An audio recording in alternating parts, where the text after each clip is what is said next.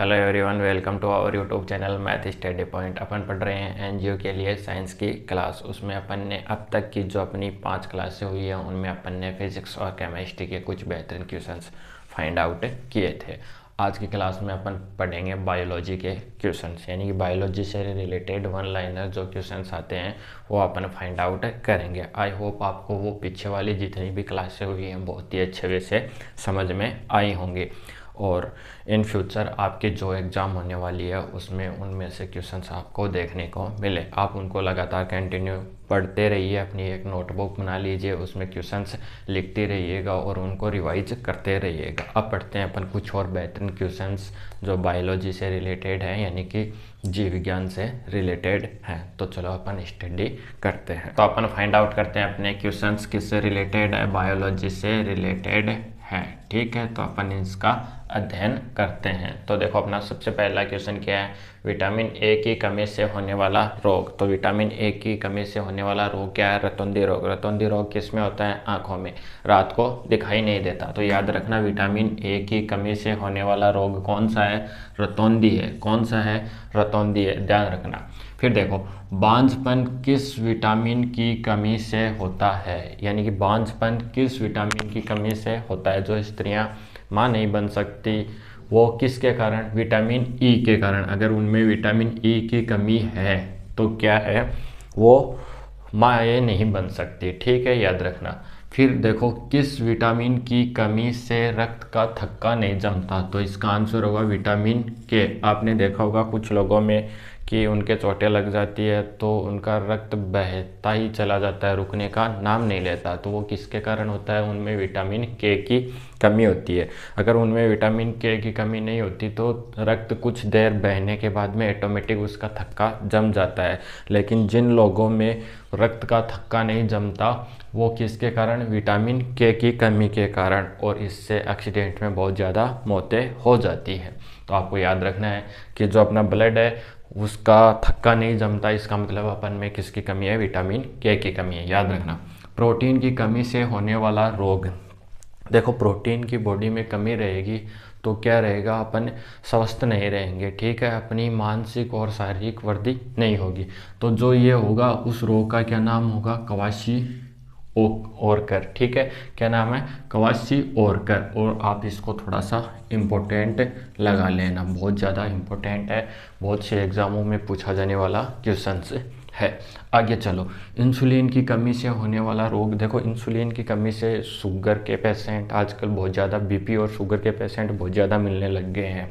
तो वो कौन सा रोग होता है? मधुमेह रोग होता है, शुगर की कमी के कारण। आगे चलो, इंसुलिन वाला हो गया। भोजन में आयोडीन की कमी से होने वाला रोग कौन सा है? गॉइटर। याद रखना भाई, अगर अपने भोजन में अपन पर्याप्त मात्रा में अगर अपन क्या नहीं ले रहे हैं? आयोडीन, नमक नहीं ले रहे हैं। ठीक है, जो भी नमक यूज करते हैं जो नहीं ले रहे हैं तो वो क्या हो जाएगा? अपने को गॉइटर नाम का क्या हो जाएगा? रोग हो जाएगा। आगे चलो, गलगंड रोग किस की कमी के कारण होता है? थायरॉक्सिन। देखो अपने गले में यहाँ टॉम्स फूल जाते हैं, वो किसके कारण? थायरॉक्सिन के कारण। आई थिंक आप समझ गए होंगे, वन लाइनर क्वेश्चंस हैं। मलेरिया रोग का कारण क्या है? प्लाज्मोडियम। क्या होता है? प्लाज्मोडियम। और अपने आसपास जो जैसे मच्छर होते हैं उनको भगाने के लिए अपन क्या करते हैं? मिट्टी का तेल यूज करते हैं। समझ रहे हो इस बात को? अगर किसी गड्ढे में जो छोटे छोटे मच्छर बैठे हैं उनको कम करने के लिए अपन उसमें मिट्टी का तो तेल डाल देते हैं, जिससे वो आपका पृष्ठीय तनाव कम हो जाता है। ठीक है, वो फिजिक्स की बातें हैं। हीमोफीलिया रोग नहीं होता किन में? स्त्रियों में नहीं होता। ठीक है, किन में नहीं होता? स्त्रियों में। और इसका वाहक भी कौन होती है? याद रखना भाई, बहुत ज़्यादा इंपॉर्टेंट है, इसको भी इंपॉर्टेंट लगा लेना आप। ठीक है, तो हीमोफीलिया रोग किस में होता है? किस में नहीं होता? स्त्रियों में होता है, ओनली फॉर पुरुषों में होता है। और इसका वाहक भी कौन होती हैं? स्त्रियां ही होती हैं। भोजन में लोहे की कमी से होने वाला रोग एनीमिया। सबको पता है कौन सा रोग होता है? भोजन में लोहे की अगर कमी है, यानी कि पर्याप्त मात्रा में हमें क्या नहीं मिल रहा है? लोहे को क्या बोलते हैं उसको? मतलब कि पर्याप्त मात्रा में अगर आपको संतुलित भोजन नहीं मिल रहा है, ऐसे समझो, तो उसकी कमी से कौन सा होने वाला रोग है? एनीमिया। आगे चलो, खसरा व पोलियो रोग का कारण क्या है? तो ये किससे होने वाले रोग हैं? वायरस से होने वाले रोग हैं। आई थिंक आपको इतने क्वेश्चन समझ में आ गए होंगे। एक बार मैं आपके लिए रिपीट करता हूँ, कुछ क्वेश्चंस आपसे भी पुटअप करता हूँ। देखो, पहला क्वेश्चन है कि विटामिन ए की कमी से होने वाला रोग रतौंधी। अब आपको क्वेश्चन याद करना है कि विटामिन की खोज किसने की थी। ठीक है, मुझे पता है किसने की थी, आपको भी पता है तो कमेंट बॉक्स में बताओगे, अगर नहीं पता है तो उस पर रिसर्च करना। एक क्वेश्चन से 2 क्वेश्चंस बनने वाले हैं। फिर आगे चलो, बांझपन किस विटामिन की कमी से होता है? यानी कि जो स्त्रियाँ माता नहीं बन सकती, माएँ नहीं बन सकती, वो किसके कारण? विटामिन ई के कारण। ठीक है, विटामिन ई के कारण क्या है? वो माएँ नहीं बन सकती हैं। तो अगर विटामिन ई की भरपूर मात्रा में उनके बॉडी में अवेलेबल है तो वो माएँ बन जाएंगी, वरना बांझपन का शिकार हो जाएंगे। किस विटामिन की कमी के कारण रक्त का थक्का नहीं जमता? तो विटामिन के कारण। विटामिन के कारण अपनी बॉडी से अगर कहीं चोट लग जाएगी तो थक्का नहीं जमेगा और क्या हो सकती है? मौत हो सकती है। प्रोटीन की कमी से होने वाला रोग, ये वर्ड याद रखना भाई, क्या? क्वाशियोकर। ठीक है, क्वाशियोकर। ठीक है, ऐसे कुछ याद रखना। ठीक है, तो ये क्या होता है? अपने बॉडी में प्रोटीन की कमी के कारण होता है। और सबसे ज़्यादा प्रोटीन किस में होता है? जैसे सोयाबीन हो गया आपका, ठीक है, फिर आपने मूंग, ठीक है, सबसे ज़्यादा मूंगों में होता है। ठीक है, मूंग दाल जो होती है उनमें प्रोटीन सबसे ज़्यादा होता है। इंसुलिन होता है, जो शुगर होता है, उसकी कमी से कौन सा रोग होता है? मधुमेह रोग होता है, शुगर की बीमारी हो जाती है। भोजन में आयोडीन की कमी से होने वाला गोइटर रोग। ठीक है, याद रखना, आयोडीन, गोइटर। गलगंड गले में होता है, किसकी कमी से? थायरॉक्सिन की कमी से। फिर आगे चलो, मलेरिया होता है, इसमें क्या होता है? प्लाज्मोडियम नामक का वाहक होता है, जिसके कारण अपन को मलेरिया हो जाता है। गर्मियों के दिनों में थोड़ा ध्यान रखना। हेमोफीलिया रोग नहीं होता, स्त्रियों में नहीं होता, और हेमोफीलिया को पीढ़ी दर पीढ़ी वृद्धि कौन करता है? स्त्रियाँ ही करती हैं, और इनका वाहक क्या कहलाता है? स्त्री ही कहलाती है। भोजन में लोहे की कमी से होने वाला रोग एनीमिया, यानी कि बॉडी दुबली पतली होती है, पर्याप्त मात्रा में उसको तत्व नहीं मिलते हैं, पोषक तत्व। खसरा व पोलियो रोग का मुख्य कारण क्या है? वायरस। वायरस जनित रोग है कौन? खसरा और पोलियो। आई थिंक आपको इतने क्वेश्चन समझ में आ गए होंगे, बहुत ही ईजी क्वेश्चन है। और अब पढ़ते हैं अपन इनसे नेक्स्ट वाले कुछ बेहतरीन क्वेश्चंस। आपको इतने क्वेश्चंस करने के बाद में कमेंट बॉक्स में कमेंट करके बताना है कि विटामिन जो हैं अपने, ठीक है, इनकी खोज किसने की थी? विटामिन की खोज किसने की थी? ये आपको फाइंड आउट करके बताना है। अब लेते हैं अपन नेक्स्ट वाले क्वेश्चंस। अब फाइंड आउट करते हैं अपन नेक्स्ट वाले क्वेश्चंस। तो देखो, नेक्स्ट वाले क्वेश्चंस क्या है? मानव शरीर में एंटीबॉडी का निर्माण कहाँ होता है? जो अपनी बॉडी है उसके अंदर एंटीबॉडी का निर्माण कहाँ होता है? तो अस्थि मज्जा में। कहाँ याद रखना है आपको? अस्थि मज्जा में। इंपॉर्टेंट क्वेश्चन है भाई, याद रख लेना। ठीक है, अगला क्वेश्चन फाइंड आउट करते हैं। चेचक के टिक्के की खोज किसने की थी? याद रखना, एडवर्ड जेनर ने। ये क्वेश्चन भी काफ़ी बार एग्जाम में पूछा जा चुका है, एसएससी के एग्जाम में पूछे जाने वाला क्वेश्चन है।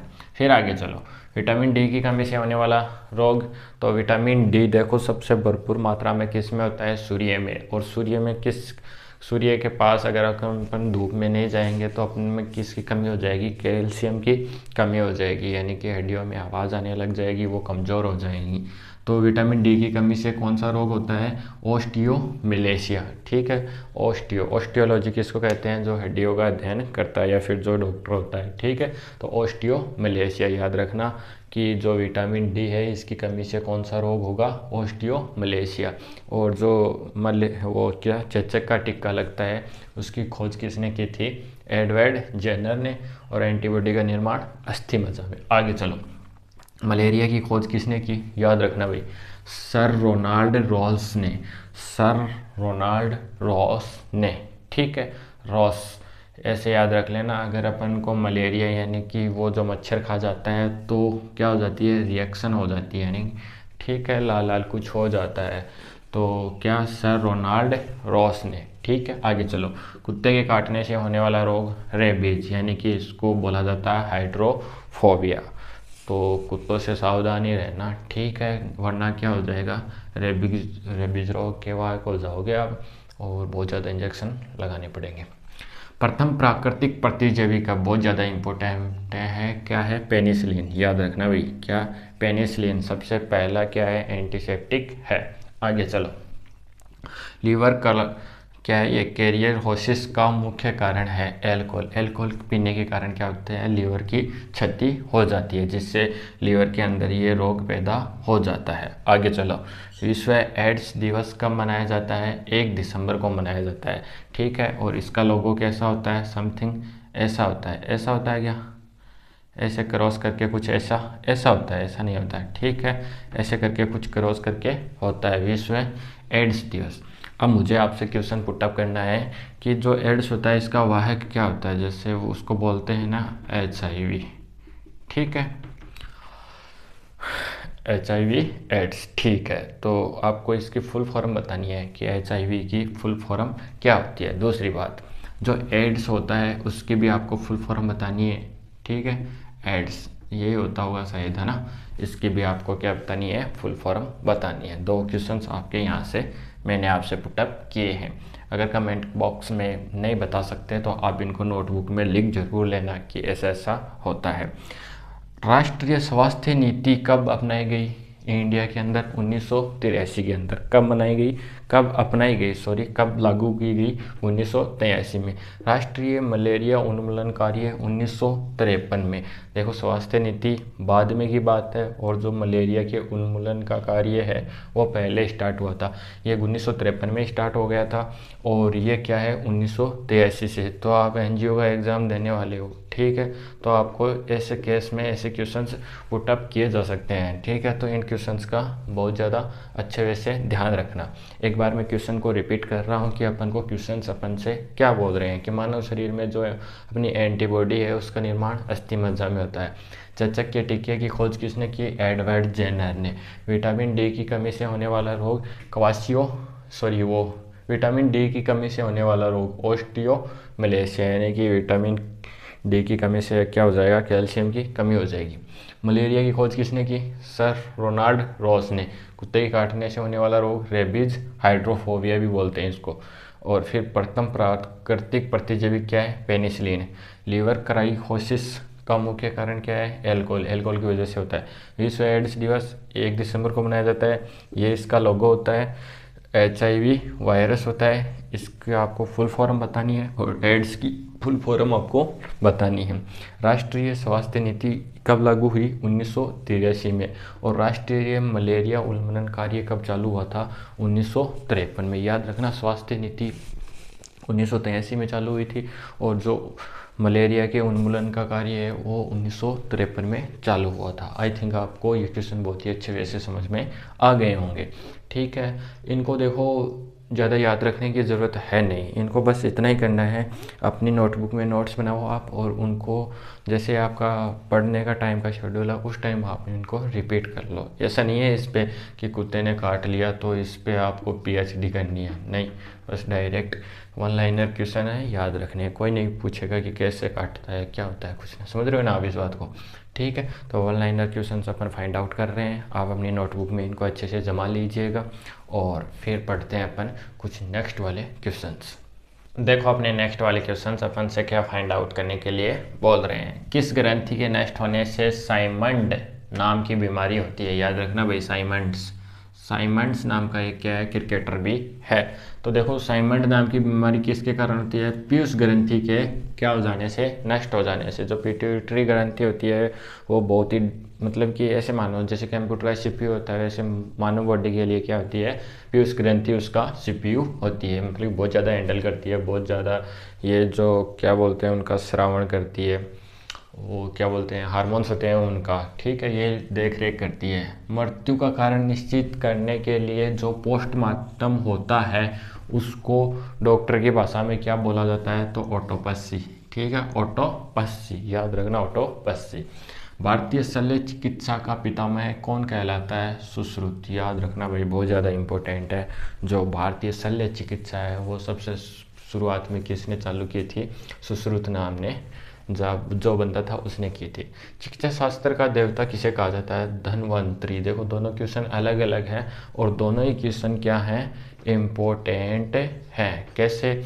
देखो भारतीय शल्य चिकित्सा यानी कि जो चीरफाड़ होती है उसका पितामह कौन कहलाता है? सुश्रुत कहलाता है।